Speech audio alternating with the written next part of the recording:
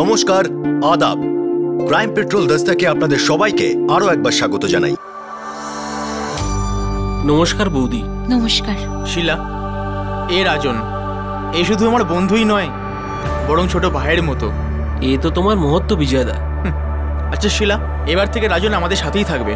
এ এখন আমাদের পরিবারেরই একজন। দেওর হয় তোমার।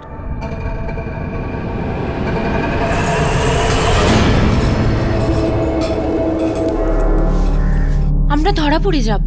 বাড়ি বিক্রি করা খুব রিস্কি কাজ। অর্ধেকে আমি বিশ্বাসই করি না বৌদি।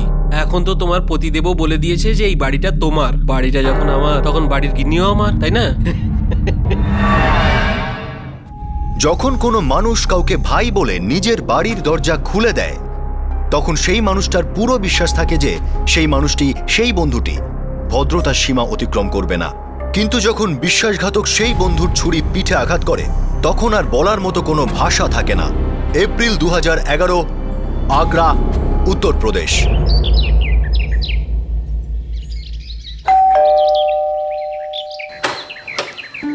রাম রাম সুবেদার সাহেব। রাম রাম। কি ব্যাপার বিনয়, এত সকাল সকাল? আজকে শুভ দিন, তাই আপনার শাস্ত্রীনগরের ঘরের জন্য আমি ভাড়াটে নিয়ে এসেছি। নমস্কার স্যার। নমস্কার দাদা। বিবাহিত নাকি আইবুড়ো? বাচ্চা কাচ্চা আলা মানুষ সুবেদার বাবু। আমার নাম হলো রমেশ স্যার, আর এ হলো আমার ছোট ভাই সঞ্জু। এছাড়া আমার স্ত্রী প্রমীলা আর দুটো মেয়ে আছে। আমরা সবাই একসাথেই থাকবো স্যার, আপনাকে কোনো রকম অসুবিধায় ফেলবো না। ঠিক আছে, এসো ভাই এসো। এই বাড়িটা। হ্যাঁ। আর দেখো ভাই, আমি একজন সৈনিক মানুষ, তাই আমার কিছু নিয়ম আছে, পদ্ধতিও আছে। একদম স্যার, আপনি বলুন। দেখো, আমার প্রত্যেক মাসের 1 তারিখে ভাড়া পেয়ে যাওয়া চাই। হ্যাঁ ঠিক আছে। আর হ্যাঁ, বাড়িকে একেবারে পরিষ্কার পরিচ্ছন্ন মন্দিরের মতন করে রাখতে হবে। আর আমি প্রত্যেক সপ্তাহে একবার করে দেখে যাবো। আঙ্কেল, আপনি একদম চিন্তা করবেন না, আমরা আপনাকে অভিযোগের কোনো সুযোগ দেব না। হ্যাঁ মা, তোমার নামটা যেন কি? আগে আমি প্রমীলা, আর এরা আমাদের 2 মেয়ে, প্রিয়া আর পূজা। আরে বাবা, খুব সুন্দর বাচ্চারা। নমস্কার বলো। নমস্কার। নমস্কার নমস্কার। দেখো ভাই রমেশ, আমি প্রথমবার এই বাড়িটাকে ভাড়া দিচ্ছি, শুধু এই জন্যেই যে তোমরা সংসারী মানুষ আর দেখে ভদ্র মনে হচ্ছে। আমি এই বাড়িতে জন্মেছি, এখানেই পড়াশোনা করে বড় হই। ব্যাস, শুধু এই কথাটাই মনে রেখো, আমি যেন কোনো অভিযোগ করার সুযোগ না পাই। একদম ঠিক কথা। এই নাও চাবি। ধন্যবাদ। নাইস না? মা, হ্যাঁ, আমরা এখানে কতদিন থাকবো মা?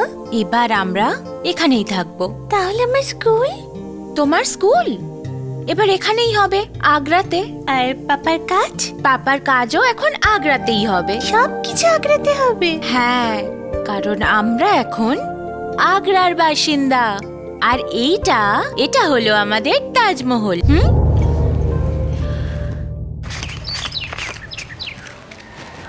আর আমাদের সুবেদার বাবু একেবারে নারকেল। নারকোল মানে? নারকেল মানে উপরটা শক্ত আর মজবুত, আর ভেতরটা একেবারে মাখন। ফটিয়ে রেখো। আপনি চিন্তা করবেন না বিনয় দাদা, উনি যেমন বলেছেন সেরকমই করব আমরা। ভাড়াটা শুধু সময় মতো দিয়ে দিও, বাকি সবকিছু ঠিকই আছে। আর হ্যাঁ, welcome to Agra. Thank you. Thank you.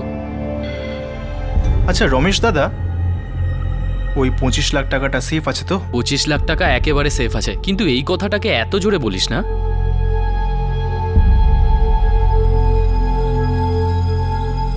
দেখলে এই পরিবারটিকে সাধারণ মধ্যবিত্ত পরিবার বলেই মনে হচ্ছিল, যারা আগ্রায় সেটেল হতে যাচ্ছিল। এক্স সার্ভিসম্যান সুবেদার রঘুনাথ রমেশ আর প্রমীলাকে নিজের বাড়ি ভাড়া দিয়েছিল মাত্র 3 দিন আগে। রঘুনাথ সেদিন মর্নিং ওয়াকে বেরিয়েছিলেন, আর ওই বাড়িটার সামনে দিয়ে যাওয়ার সময় কিছু একটা হলো।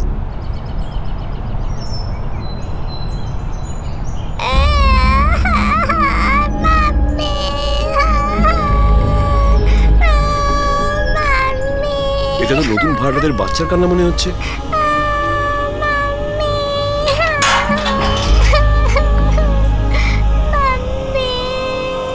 আরে, চাবি ঝুলছে, তালাও ঝুলছে। কি অদ্ভুত মানুষেরা, বাচ্চাকে ভেতরে রেখে তালা লাগিয়ে চলে গেছে। মজা দেখাচ্ছি আমি, এইভাবে কেউ বাচ্চাকে রেখে চলে যায়?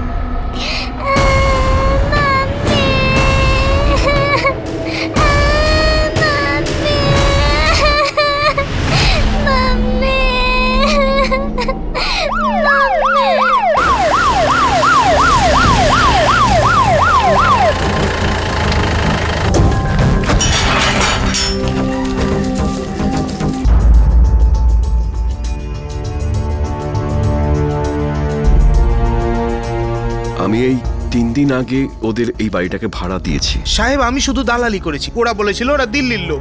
নাম বলো সবার। স্বামী রমেশ, স্ত্রী প্রমীলা, আর রমেশের একজন ভাই আছে সঞ্জু, বড় মেয়ে প্রিয়া, আর ছোট এই যে পূজা।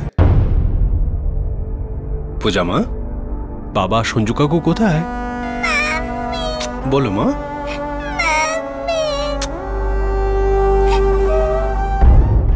রমেশের বিষয়ে কিছু তথ্য? আমি বিনয়কে বলেছিলাম যে আমার এই লোকগুলো সব খবর চাই, সব কাগজপত্র চাই, এরা কারা কোথা থেকে এসেছে কিছু জানা নেই। ও বলল 2-1 দিনের মধ্যে দিয়ে দেবে। সাহেব আমি রমেশকে 2-4 বার বলেছিলাম, ও বলল 2-1 দিনের মধ্যে সব কাগজ আমার হাতে দিয়ে দেবে। তো তার আগে এই দুর্ঘটনা ঘটে গেল সাহেব। স্যার পুরো ঘর তল্লাশি করে ফেলেছি, শুধুমাত্র 2টো সুটকেস পেলাম, একটাতে মহিলার জামাকাপড় আর একটাতে বাচ্চাদের। সবকিছু ভালো করে খোঁজো। এজেন্ট বললো পার্টি দিল্লির ছিল, হতে পারে দিল্লির কোনো কানেকশন বেরিয়ে আসবে। স্যার 2বার ফুল সার্চ করলাম, কিছু পেলাম না, শুধুমাত্র বাচ্চাটার একটা স্কুল ইউনিফর্ম পেলাম, সেটা থেকে কিছু বেরিয়ে আসতে পারে স্যার।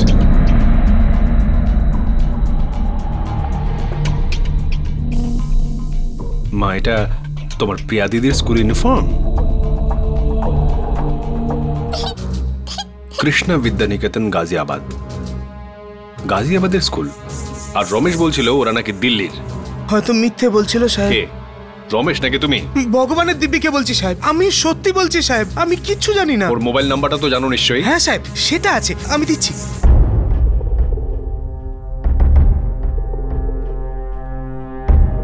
দুজনেরই মৃত্যু গলা টেপার কারণে হয়েছে। আমাদের সন্দেহ যে এই মহিলার স্বামী রমেশ আর ওর ভাই সঞ্জু মিলে এই খুনটা করেছে। মা আর মেয়ের দিক থেকে কোনো রেজিস্ট করার চিহ্ন নেই, কোনো হাতাহাতিও হয়নি। এত তাড়াতাড়ি হয়েছিল যে দুজনে ভাবতেই পারেনি হয়তো।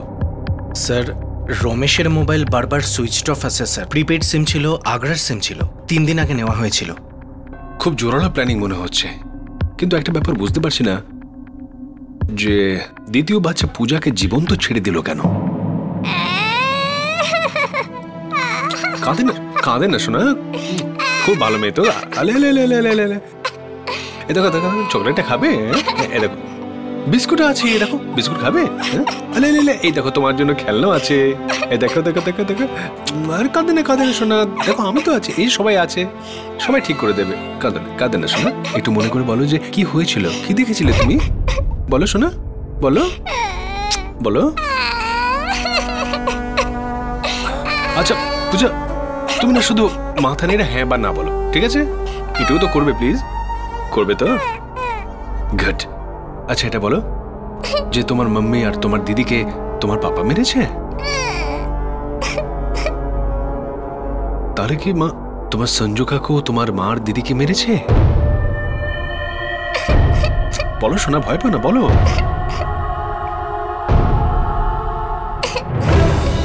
এর মানে হলো সঞ্জু হচ্ছে খুনি। তাহলে স্যার রমেশ উধাও কেন? পূজা আচ্ছা শোনা, এটা বলো যে তোমার বাবা কি কোথাও গিয়েছেন?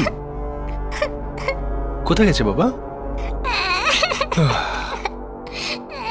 মনে হচ্ছে সঞ্জুই নিজের আক্রোশ বার করেছে, নয়তো টাকা পয়সার ব্যাপার। স্যার খুব একটা বড় লোক ছিল না ওরা, থাকার জন্য যখন এসেছিল তখন হাতে মাত্র 3টে সুটকেস ছিল স্যার। মনে হচ্ছে খুবই জটিল কেস। আমাদের কাছে প্রত্যক্ষদর্শী আছে কিন্তু সাক্ষী নেই।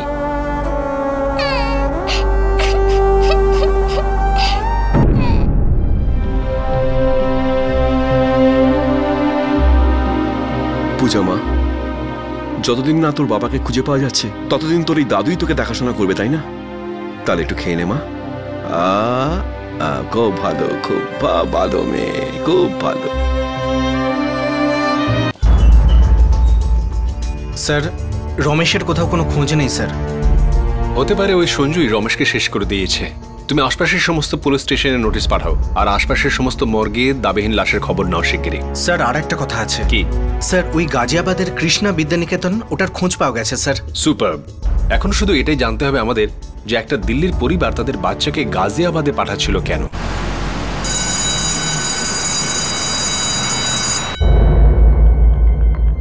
হ্যাঁ, এই বাচ্চাটা আমাদের স্কুলেরই ছাত্রী, ওর নাম ছিল প্রিয়া, 3rd এর স্টুডেন্ট ছিল। আমি ওর ক্লাস টিচার। 1 সপ্তাহ আগে প্রিয়া ওর বাড়ি থেকে একটা লিভ নোট নিয়ে এসেছিল। সেটাতে ওর মা 10 দিনের ছুটি চেয়েছিল। লিভ নোটে লেখা ছিল যে বাড়িতে কোনো ফ্যামিলি ফাংশন আছে।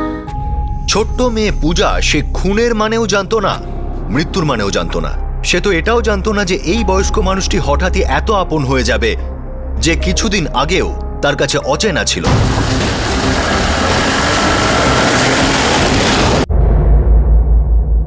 এটা আমার স্ত্রী প্রমিলা, আর এটা আমার বড় মেয়ে প্রিয়া, আর আমার মেয়ে পূজা কোথায়?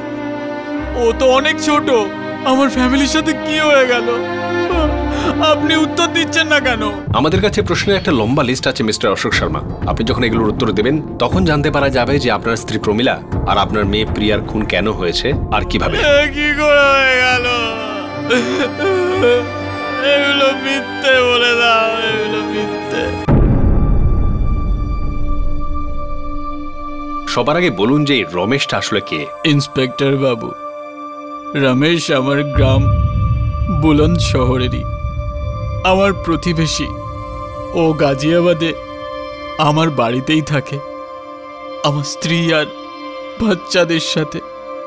ওরও বিয়েতে আসার কথা ছিল। টিম পাঠাও, পুরো উত্তরপ্রদেশে রাউন্ড আপ করো রমেশকে এখনই। Yes sir.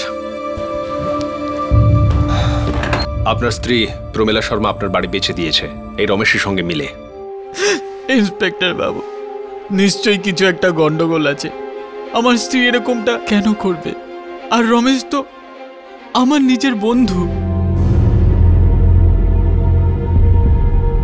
ঘর তো বিক্রি হয়ে গেছে মিস্টার অশোক, আমরা পুরো অনুসন্ধান করেছি। এখন আপনার এই বাড়িটা কোনো কৈলাস যাদবের নামে। কিন্তু রমেশ এরকমটা কেন করলো ইন্সপেক্টর বাবু? কি করেছে রমেশ? আর কে এই রমেশ? দোল দোল দুলুনি, রাঙা মাথায় চিরুনি, বর আসবে এখুনি, নিয়ে যাবে তখুনি। প্রিয়া, এটা কি শোনা? এখনো অব্দি ইউনিফর্ম না পাল্টে তুমি টিভির সামনে বসে পড়লে? চট করে ইউনিফর্ম পাল্টে আমায় আজকে হোমওয়ার্ক দেখাও, ঠিক আছে? ঠিক আছে মাম্মি, 1 মিনিট প্লিজ, একটা ব্রেক হোক তারপর। ঠিক আছে, তাড়াতাড়ি। ডিঙ্কা চিকা ডিঙ্কা চিকা ডিঙ্কা চিকা ডিঙ্কা চিকা ডিং। শোনো, আজকে রাতে খাওয়ার জন্য কোনো সবজি নেই, আর আজ শুক্রবার, তাই ঠেলাওয়ালারাও আসবে না। কাম অন ইয়ার, একদিনই তো ছুটি পাই। আর আমিও একদিনই চান্স পাই তোমায় বাড়ির কাজে লাগানোর। যাও, এই নাও। চলো চলো, মাকে বাই করে দাও। বাই পূজা। চলো মা, সবজি আমরা নিয়ে নিয়েছি, মাকে সবজি দিয়ে দেব। চকলেট নেব? হ্যাঁ হ্যাঁ, চলো এখনই গিয়ে চকলেট কিনে নিচ্ছি তোমার জন্য। হ্যাঁ। আরে রমেশ, তুমি এখানে কি করছো? বেশ বসে আছি দাদা। আরে কত বছর পরে দেখা হচ্ছে, কি হয়েছে? সব ঠিকঠাক তো? লাইফে কিছু ঠিক চলছে না অশোক দাদা। আরে ঠিক হয়ে যাবে, চিন্তা করিস না। ওর চাকরি চলে গিয়েছিল, কোনো হোটেলের ম্যানেজারের চাকরি করত। চাকরি চলে যাওয়ার ফলে সুইসাইড করে বলে ঠিক করেছিল। আমার ওকে দেখে দয়া হলো, তাই আমি ওকে বাড়ি নিয়ে গেলাম। প্রমিলা, ও রমেশ। নমস্কার বৌদি। নমস্কার। ও আমারই গ্রামের, আমরা একসাথেই বড় হয়েছি। ও শুধু আমার বন্ধু না, আমার ভাইয়ের মতো। আচ্ছা। ওর একটু সময় খারাপ চলছে, তাই ও কিছুদিনের জন্য এখানেই থাকবে। কোনো ব্যাপার নেই তো? মানে তোমার কোনো অসুবিধা নেই তো? না, কি বলছো তুমি? তুমি তো বললে যে ইনি তোমার ছোট ভাইয়ের মতো। নিশ্চয়ই থাকুন, আমাদের বাড়ি অনেক বড়। বড় তো আপনার মনটা বৌদি। অশোক দাদা, এটা আমি ভুলবো না কোনোদিন। আপনার এই দয়া, মানে দয়া টয়া বলো না ভাই। এখন দেখো, একই গ্রামের লোক যখন এত বড় শহরে থাকে, তখন তারাই তো একে অপরের সাহায্য করবে। কিন্তু নিজের বাড়িতে তো কেউ এইভাবে কাউকে জায়গা দেয় না দাদা। আমার নিজের, আমার গ্রামের, আর সব থেকে বড় কথা, তুই বিশ্বাসযোগ্য। রমেশ এরকম করতে পারে আমি কখনো স্বপ্নেও ভাবিনি ইন্সপেক্টর বাবু। আমি ভাবছি যে আপনার স্ত্রী কেন এরকম করলেন, বাড়ি বেচে দিলেন, ওর সঙ্গে আগ্রা চলে গেলেন, এরকম কেন মিস্টার অশোক?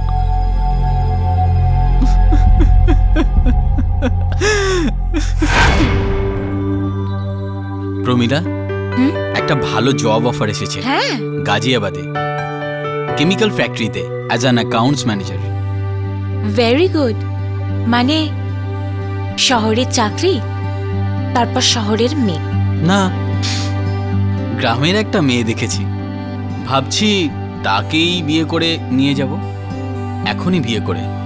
কিন্তু অশোক, তোমার বাড়ির লোকেরা জানে না যে আমি তোমার কাস্টের তো কি তোমার ধর্মেরও না। জানে, আর এটাও জানে যে আমি তোমার জন্য প্রাণ দিয়ে দিই। আমাদের বিয়েকে না কেউ বারণ করতে পারবে না। না অশোক, তাও একটা প্রবলেম আছে। আবার কি? তুমি জানো যে আমার মা আমাকে কত কষ্ট করে আর কোনো সাহায্য ছাড়াই বড় করেছে। আমি তো ওনার একমাত্র ভরসা। তোমার কি মনে হয় তোমার মা একা হয়ে যাবে, তার পাশে কেউ থাকবে না বলে? অশোক, উনি একা, অসুস্থ। যদি আমি চলে যাই তো? আমি তো এটা ভেবেই কেঁপে উঠি। অশোক। প্রমিলা, তোমার মা এখানে একা থাকবেন না, নিজের ছেলের সাথে থাকবে, অশোকের সাথে থাকবে, আর তুমি সব সময় মার সাথেই থাকবে। এবার তো তোমায় আমার সাথে বিয়ে করতেই হবে, তাই তো? I love you Pramila, I love you. Pramila, তুমি যখন থেকে আমার জীবনে এসেছো না, তখন থেকে একের পর এক ভালো জিনিস হয়ে যাচ্ছে। তো এর মানে এটা যে গড ফরবিড এরপরে গিয়ে কিছু খারাপ হলে তো সেই সবের জন্য তুমি আমাকেই দায়ী করবে? কখনো সেরকম হবে না, না খারাপ হবে আর না আমি তোমাকে সেই জন্য কোনোদিন দায়ী করব। উল্টো 4 জন মহিলার দায়িত্ব নিতে আমার খুব ভালো লাগে। আর তাই এবার এই ঘরটা তোমার আর বাচ্চাদের নামে। প্লিজ সাইন করে দাও এখানে। এটা কি পাগলামি অশোক? আমি কোনো সাইন টাইন করতে পারবো না। আইসফের, এই ঘরটা শুধু তোমার নামে। আমি যদি তোমার সাথে কোনো অসভ্যতাম করি বা অন্যায় করি বা তোমাকে দুঃখ দিই, তাহলে তুমি আমার এই বাড়ি থেকে একেবারে বার করে দিও, একেবারের জন্য। আমি কিচ্ছু বলবো না। এইসবের দরকার কি আছে? আমার জন্য, কমন, বাচ্চাদের দিব্যি। আমি করব না। আইসফের, কি দরকার আছে এটার? মায়ের দিব্যি, প্লিজ মা, বোঝান না ওকে। মা, করে দাও না প্লিজ। That's nice. খুশি? God bless you my dear. আজ আমার নিজের ছেলে থাকলে সেও হয়তো এত সম্মান ভালোবাসা আমাকে দিত না যতটা তুমি আমায় দাও। Pramila, my dear, you are very lucky. You are such a good type of husband. I am proud of you my son. Thanks God, thanks God, thanks.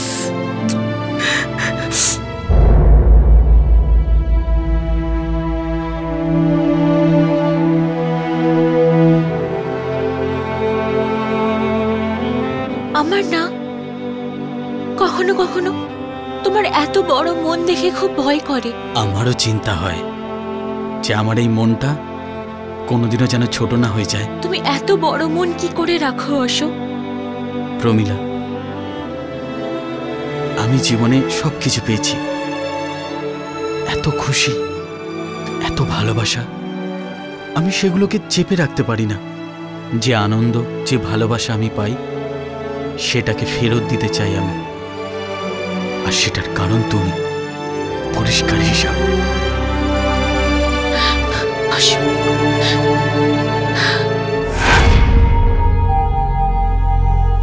কিচ্ছু ঠিক ছিল না ইন্সপেক্টর বাবু।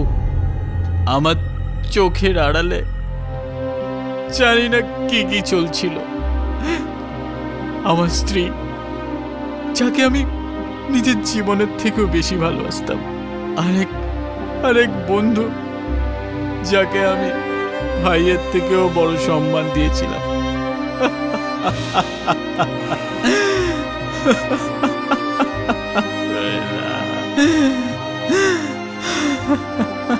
হরিশচন্দ্রের মনের মতো একজন সৎ স্বামী, ফুলের মতো দুটি বাচ্চা, সুখী পরিবার আর একটা সুন্দর সংসার, এই সব কিছু থাকা সত্ত্বেও প্রমিলা একজন পরপুরুষের কথা কেন শুনল, কেন বিভ্রান্ত হলো? এই দুর্ঘটনার জবাব না ছিল অশোকের কাছে না পুলিশের কাছে। কিন্তু 2 দিন পর সব জট খুলে যায় যখন রমেশ আর তার অপরাধের সঙ্গী সঞ্জু লখনৌ থেকে গ্রেফতার হয়।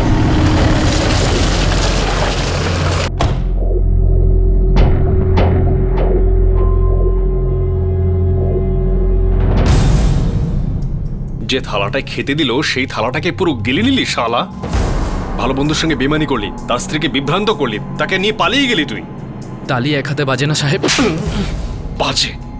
ওরা শুনবি নাকি সত্যিটা বলবি? সত্যি এটাই সাহেব, যে তালি এক হাতে বাজে না।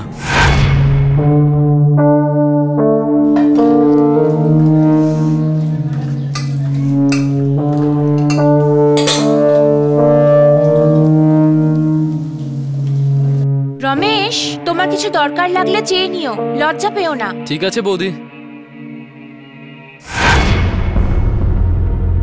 আমার তো মনে হচ্ছিল সবটাই আমার দিক থেকে, কিন্তু সত্যিটা হলো যে একটু আধটু প্রমিলার দিক থেকেও আমার মনে হচ্ছিল।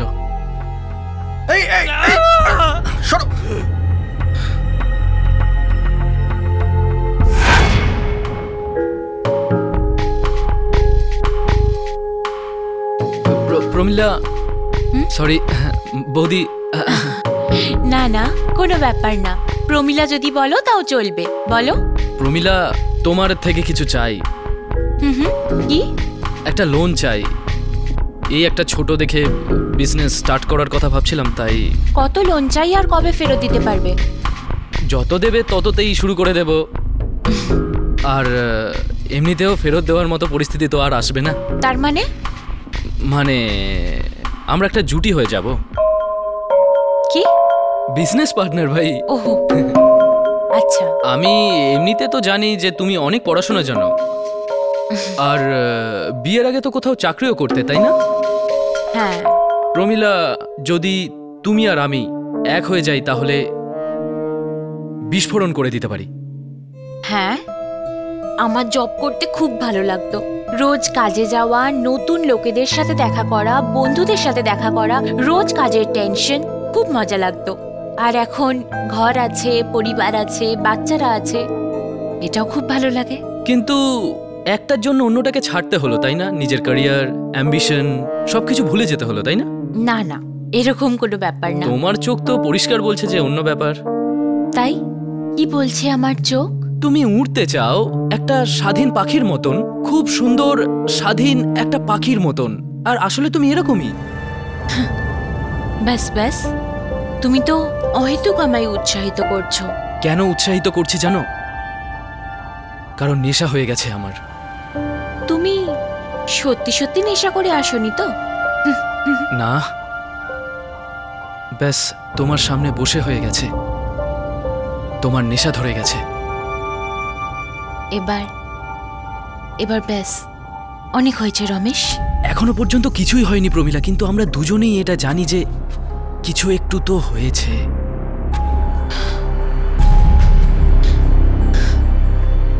তোমার চোখ পরিষ্কার বলে দিচ্ছে তুমি আমার চোখে সেই ভালোবাসা, সেই উন্মাদনা দেখতে চাও যেটা তুমি বহু বছর ধরে পেতে চাও।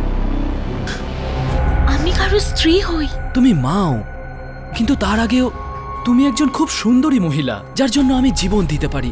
আর যতদূর আমি বুঝতে পারছি তুমিও আমায় পছন্দ করতে শুরু করেছো, এটা তোমার চোখ বলছে।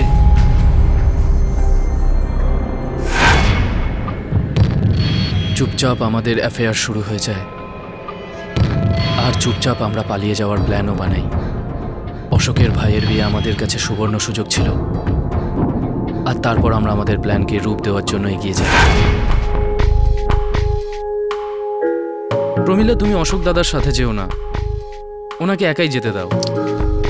কি অজুহাত দেব আমি? প্রিয়ার পড়াশোনার। আর কি? আর তারপর আমরা এই বাড়িটা বিক্রি করে দিয়ে নতুন বাড়ি বানাবো। না, আমরা ধরা পড়ে যাব। এমনিতেও আমরা মুক্ত আছি কোথায় প্রমিলা? বাড়ি বিক্রি করা খুব রিস্কি কাজ। তুমি বলেছিলে এই বাড়িটা তোমার নামে। হ্যাঁ বাবা, আছে, কিন্তু আরে ব্রোকারের সাথে কথাও হয়ে গেছে, খদ্দেরও পাওয়া গেছে, ভালো দাম দিচ্ছে। আমরা সারা জীবন সুখে থাকবো প্রমিলা। আর আমার বাচ্চারা? তোমার বাচ্চারা আমার কেউ না। হ্যাঁ, আমি ওদের নতুন পাপা প্রমিলা। আমরা একবার সেটেল হয়ে গেলে অশোককে তালাক দিয়ে দেবে, আর তারপর আমরা বিয়ে করে নেব। এরকম সুযোগ জীবন বারবার দেয় না। বললি না কেন তুই? আমি তালাক দিয়ে দিতাম, বাড়ি দিয়ে দিতাম, সবকিছু দিয়ে দিতাম। মেরে কেন ফেললি ওকে? কারণ আমি তো ভালোবাসতাম শুধু আপনার বাড়িটাকে, আর সেই বাড়িটাকে বিক্রি করে পাওয়া টাকাকে। বৌদি তো শুধু একটা মাধ্যম ছিল। আচ্ছা রমেশ দাদা, 25 লাখ টাকাটা সেফ আছে তো? 25 লাখ টাকা একেবারে সেফ আছে। আর মহিলা আর বাচ্চারা? মহিলা আর বাচ্চাদের মেরে রাত্রিবেলায় টাকা ভাগ করে নিয়ে পালিয়ে যাব।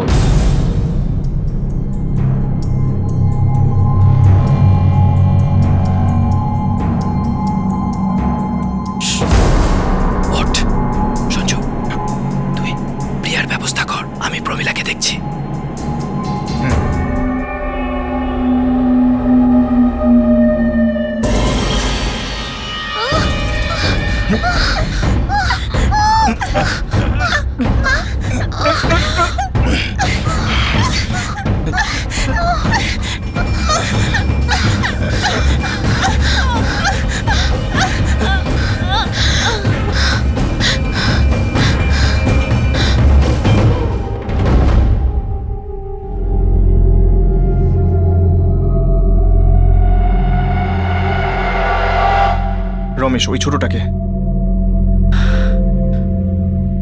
ছেড়ে দে, খুব ছোট, এ তো কিছু বলতেও পারবে না।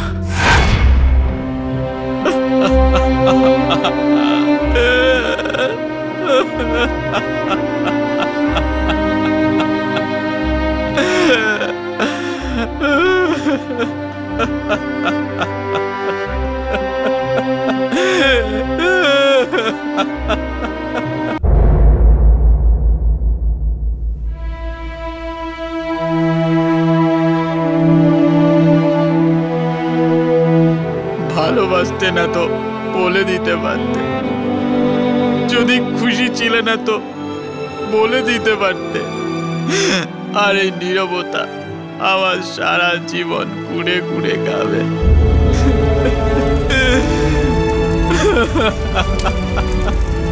আমার বাচ্চা।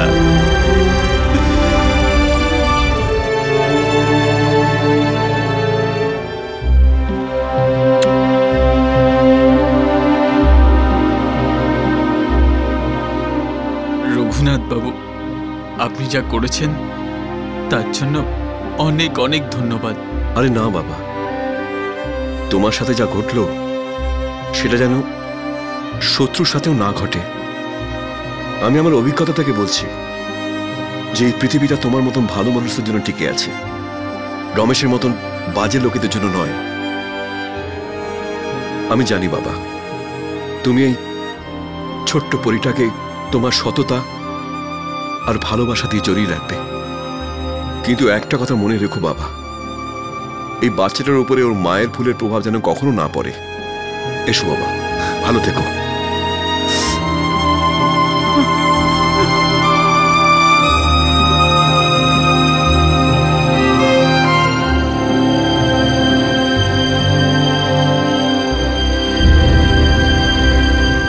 এই কেস বিশ্বাসঘাতকতা আর প্রবঞ্চনার উদাহরণ। একজন বন্ধু তারই বন্ধুর পিছনে ছুরি দিয়ে আঘাত করে তার পুরো পরিবারকে ধ্বংস করে দিল। অশোক এই মুহূর্তে তার 3 বছরের মেয়ে পূজার সাথে জীবনে ছড়িয়ে পড়া টুকরোগুলোকে জড়ো করে আবার ভালোবাসার আশ্রয় বানাবার চেষ্টা করছে। এই কেসটা দেখে আমাদের এটা বলা তো ঠিক নয় যে বন্ধুদের কখনো সাহায্য করা উচিত নয়, কিন্তু হ্যাঁ, একটু দূরত্ব, একটু বিচার আর একটু বুদ্ধির প্রয়োজন। কারণ পিছন থেকে আঘাত তখনই হয় যখন আমরা কাউকে পেছনে কিছু করার সুযোগ দিই। আবার আপনাদের সঙ্গে দেখা হবে, ততক্ষণ নিজের খেয়াল রাখবেন, সুরক্ষিত থাকবেন। জয় হিন্দ।